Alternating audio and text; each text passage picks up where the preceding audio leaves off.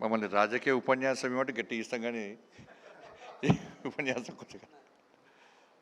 అందరికీ నమస్కారం.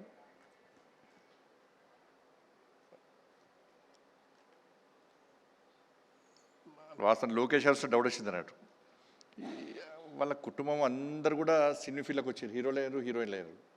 కానీ లోకేష్ గారు ఎందుకో సినీ ఫీల్డ్ పోకుండా ఇటు హీరో అయింది, ఇక్కడ పొలిటీషియన్ అయినట్టున్నారు. చాలా సంతోషం. అందరికీ నమస్కారం.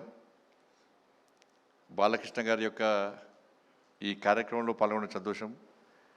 ఇంతకుముందు లోకేష్ గారు చెప్పినట్టు వారిని చూస్తేనేమో 65 ఏళ్ళు వారి వయస్సు, నిజంగా చూస్తానేమో 25 ఏళ్ళ లెక్క కనబడతాడు ఆయన బాలయ్య బాబు గారు. వారి లోపల ఒక బోలాతనం, ఆయన ముఖంలో గంభీరత్వం,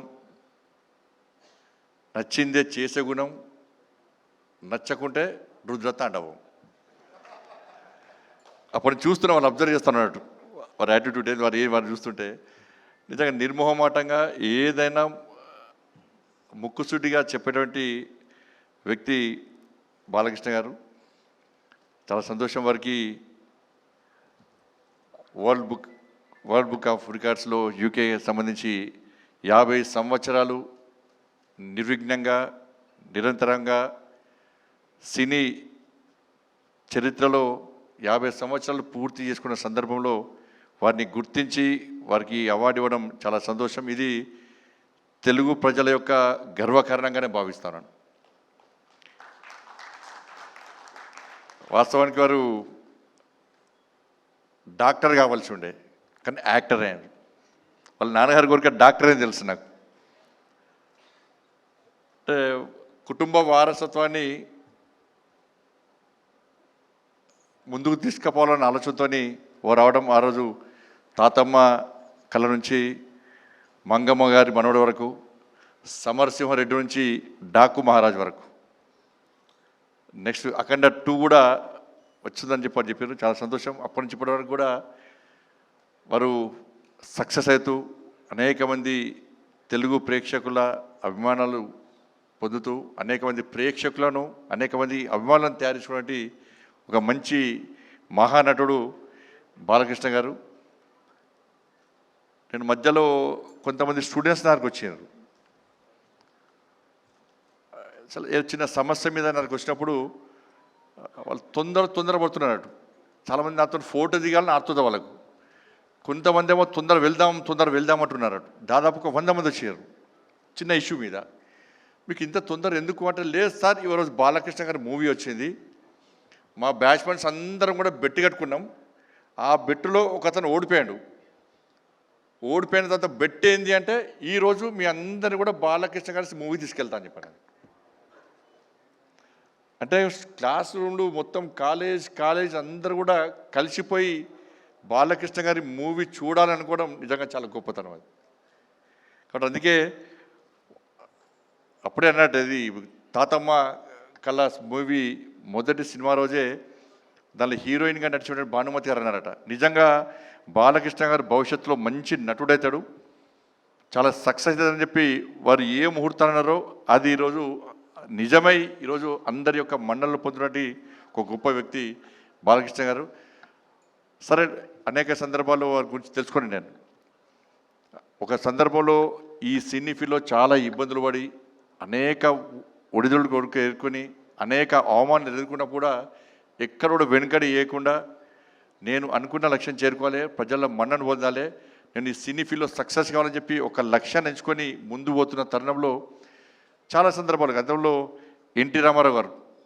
స్వర్గీయ ఎన్టీ రామారావు గారి యొక్క చరిత్రను వ్యక్తీకరించి అవాస్తవాలను చూపెడుతున్న తరుణంలో మహానాయకుడు అని చెప్పి అనేక సినిమాలు నిర్మించి వారి యొక్క వాస్తవ చరిత్రను చూపినటువంటి ఒక మంచి వ్యక్తి బాలకృష్ణ గారు. నిజంగా డాక్టర్ కాలేకున్నా కూడా వాళ్ళ బసవతారకం క్యాన్సర్ హాస్పిటల్, మొన్ననే FCRకి సంబంధించి ఇబ్బందులు ఉన్నప్పుడు ఆ డిపార్ట్మెంట్ నాదే కాబట్టి నేను అమిత్ షా వారి దగ్గరికి పోయి, సార్ ఇది బసవతారక భరత్ గారు ఇక్కడ ఉన్నారు, మా సహచార పార్లమెంట్ సభ్యులు, ఈ బసవతారకం ఆ క్యాన్సర్ హాస్పిటల్ చాలామందికి సేవ చేస్తున్నారు సార్, చాలామందిని జీవితాలను కాపాడుతున్నారు. ఈ ఎఫ్సిఆర్ఎస్ సంబంధించిన ప్రాబ్లం వచ్చింది సార్, దీన్ని మనం తప్పకుండా చేయాల్సిన అవసరం ఉందని చెప్పిన తర్వాత వారు వెంటనే బాలకృష్ణ గారి కదా తప్పకుండా చేసాయి. నాకు కూడా క్యాన్సర్ బసవతారకం క్యాన్సర్ హాస్పిటల్ నాకు కూడా ఐడియా ఉంది. చాలామందికి సేవ చేస్తున్నారు, చాలామంది ప్రాణాలు కాపాడుతున్నారు. ఇప్పుడు క్యాన్సర్ వల్ల చాలామంది ఇబ్బంది పడుతున్న తరుణంలో వాళ్ళు చేస్తున్న సేవను గుర్తించి ఆ ఎఫ్సిఆర్ని తిరిగి ఓపెన్ చేయాలని చెప్పి వారి ఆదేశం ఇచ్చిన తర్వాత వెంటనే కూడా నా డిపార్ట్మెంట్ కాబట్టి అమిత్ షా గారి యొక్క ఆదేశాల వరకు చేయడం జరిగింది. వాళ్ళ బసవతారకం హాస్పిటల్లో ఒక క్యాన్సర్ పేషెంట్ అడ్మిట్ అయిందంటే ఒక భరోసా, ఒక ధైర్యం, ఒక విశ్వాసం వాళ్ళందరూ కూడా. అటువంటి ఒక మంచి హాస్పిటల్ ద్వారా ఇవాళ సేవ చేసే ప్రయత్నం చేస్తున్నారు. ఇప్పుడే తెలిసి నాకు ఆంధ్రప్రదేశ్లో కూడా తిరిగి బసవతారకం క్యాన్సర్ హాస్పిటల్ కూడా ప్రారంభిస్తుండడం నిజంగా చాలా సంతోషం. బట్ ఇటువంటి పరిస్థితుల్లో ఇలా బాలకృష్ణ గారు ఒక మంచి ఈ అవార్డుని తీసుకోవడం ఇది తెలుగు ప్రజల యొక్క గర్వకారణం. ఎందుకంటే తెలుగు ప్రజలకు తెలుసు, ఆవేశం వచ్చినా, ఆక్రోశం వచ్చినా, ఆనందం వచ్చినా, ఆలోచన వచ్చినా ఒక్కసారి జై బాలయ్య అంటే టెన్షన్ రిలీఫ్ వాళ్ళకందరూ కూడా.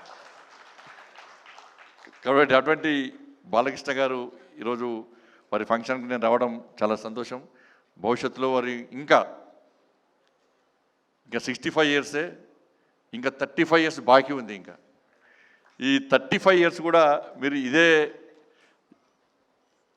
ఆలోచనతో, ఇదే మంచి ఆలోచనతో, ఇదే జోష్తో, ఇదే హోస్తో తప్పకుండా ఇంకా ఈ సినీ ఫీల్డ్లో సక్సెస్ కావాలని చెప్పి ఆ ధైర్యాన్ని, ఆ శక్తిని, ఆ ఆయుష్ను, ఆ ఆలోచనను ఆ తల్లి అమ్మవారు మీకు అందించాలని చెప్పి అమ్మవారిని వేడుకుంటూ, ఇక్కడ ఇద్దరు, మా అక్కగారికేమో జయసుధ గారు అంటే చాలా పిచ్చి, మా బావగారికేమో బాలకృష్ణ గారు అంటే పిచ్చి. వాళ్ళు ఇద్దరు కొట్టాడుకుంటూ ఉంటారు అన్నట్టు. ఈరోజు మా అక్కగారు చూస్తున్నారు, టీవీలో చూస్తున్నారు, మా అక్క బావగారు ఇద్దరు వారి పక్కన నా పక్కన వారొకరు వీరొకరు చూడడం అది కూడా సంతోషం నాకు చాలా. కాబట్టి అందరికీ నమస్కారం. Thank you. జై భారత్, జై శ్రీరామ్.